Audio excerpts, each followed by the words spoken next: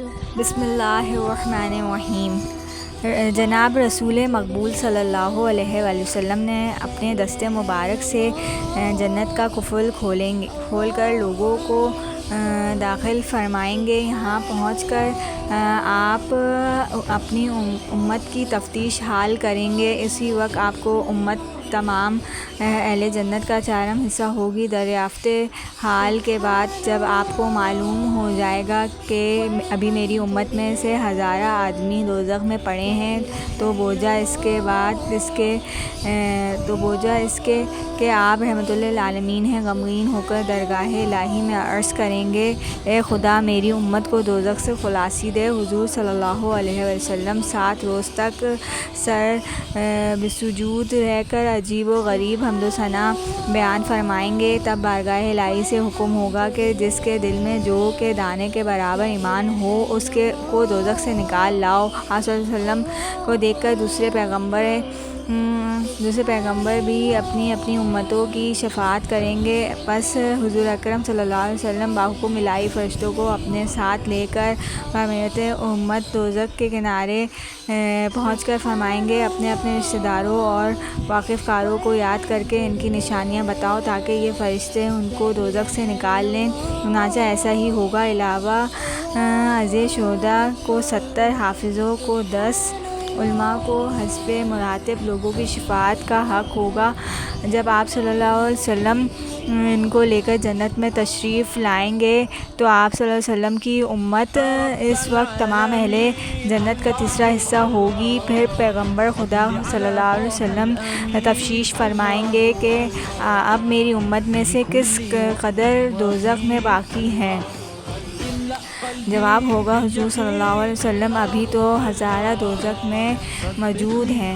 آپ صلی اللہ علیہ وسلم پھر بدستور سابق بارگاہ عزتی میں شفاعت کریں گے۔ حکم ہوگا، جس کسی کے دل میں رائی کے دانے کے برابر ایمان ہو اس کو دوزخ سے نکال لاؤ۔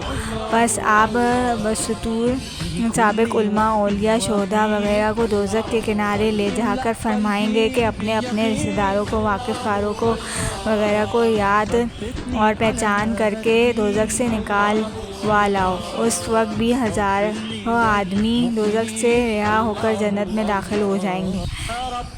اب آپ صلی اللہ علیہ وسلم کی تمام اہل جنت کا نصف حصہ ہوگی۔ اس شفاعت کے بعد آپ پھر دریافت فرما کر بدستور ہائے سابق شفاعت کریں گے کہ ارشاد باری تعالیٰ ہوگا کہ جس کے دل میں آدھے ذرے کے برابر ایمان ہو اس کو دوزخ سے نکال دو۔ بس بستور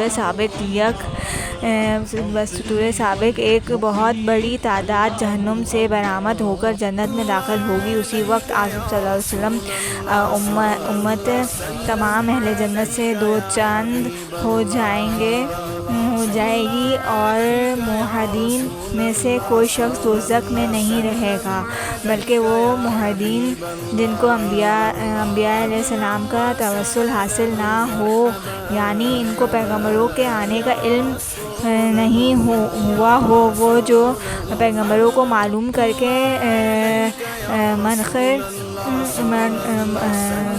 منحرف ہو گئے ہوں، ان کے حق میں بھی حضور اقدس صلی اللہ علیہ وسلم شفاعت کریں گے، مگر خداوند کریم فرمائے گا کہ ان سے تمہارا کوئی تعلق نہیں بلکہ ان کو میں خود بخشوں گا۔ اسی اشنا میں مشرکین اور موحدین میں تنازع ہوگا۔ مشرکین بطور طعنہ کہیں گے کہ تم تو توحید کے متعلق دنیا میں ہم سے جھگڑتے تھے اور اپنے تئیں سچے بتاتے تھے، مگر معلوم ہوا کہ تمہارا خیال محض خام تھا۔ دیکھو ہم اور تم یکساں ایک ہی بلا میں مبتلا ہیں۔ بس اس وقت خدائے قدوس فرمائے گا، کیا انہوں نے شرک کو توحید کو یکساں سمجھ لیا ہے؟ قسم ہے عزت عزت و دجال کی کہ میں کسی کو محمد المشرک کے برابر نہ کروں گا۔ پس ان تمام موحدین کو اس روز کے آخر میں، جس کی مقدار 50,000 سال کی ہے، دوزخ سے اپنے دست و قدرت سے نجات دے گا۔ اسی وقت ان لوگوں کے جسم کوئلے کی طرح سیاہ ہوں گے، لہٰذا آب حیات کی نہر میں جو جنت کے دروازے کے سامنے ہے غوطہ لگا دیں گے، جس سے ان کے بدن صحیح و سالم ہو کر تر و تازہ ہو جائیں گے اور ایک مدت کے بعد جنت میں داخل ہوں گے، مگر ان کی گردنوں پر ایک سیاہ داغ رہے گا اور اہل جنت میں ان کا لقب جہنمی ہوگا۔ پس وہ ایک مدت کے بعد درگاہ الہی میں عرض کریں گے، خداوند، جب تو نے دوزخ سے ہم کو نجات دی تو اس نشان و لقب کو بھی اپنے فضل و کرم سے ہم سے دور کر دے۔ پس خدا کی مہربانی سے وہ نشان و لقب بھی ان سے دور ہو جائے گا۔ پس سب سے آخری شخص جو دوزخ سے برآمد ہو کر جنت میں داخل کر دیا جائے گا، ایک ایسا شخص ہوگا کہ اس کو دوزخ سے نکال کر کنارے پر بٹھا دیا جائے گا۔ تھوڑی دیر کے بعد جب اس کو ہوش آئے گا تو کہے گا، میرے منہ کو اس طرف سے پھیر دو۔ بس اس سے عہد لیا جائے گا کہ اس کے سوا اور تو نہ مانگے گا اور اس کے سوا اور کچھ تو نہ مانگے گا۔ جب وہ پختہ عہد کرے گا تو اس کا منہ پھیر دیا جائے گا۔ جب وہ جنت کی جانب نظر کرے گا تو اس کو نہایت تر و تازہ درخت دکھائی دیں گے۔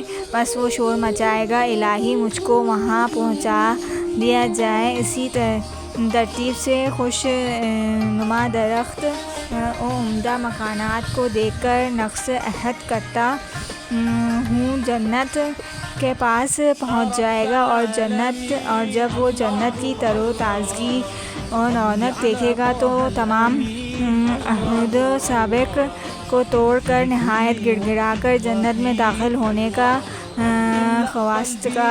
خواستگار ہوگا۔ لیکن جب اس کو جنت میں داخل ہونے کی اجازت مل جائے گی تو اس کے خیال میں پڑ جائے گا کہ جنت تو معمور ہو چکی ہے، اب میرے لیے اس میں مکان کی گنجائش کہاں ہوگی؟ حق تعالیٰ فرمائے گا،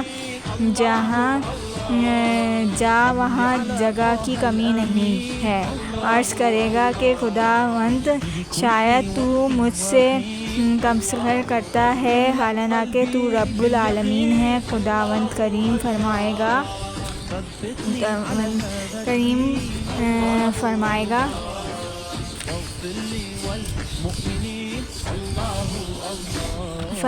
گا کہ جس قدر تجھے مانگنا ہو مانگ لے، میں نے اسی سے دو چند عطا کروں گا۔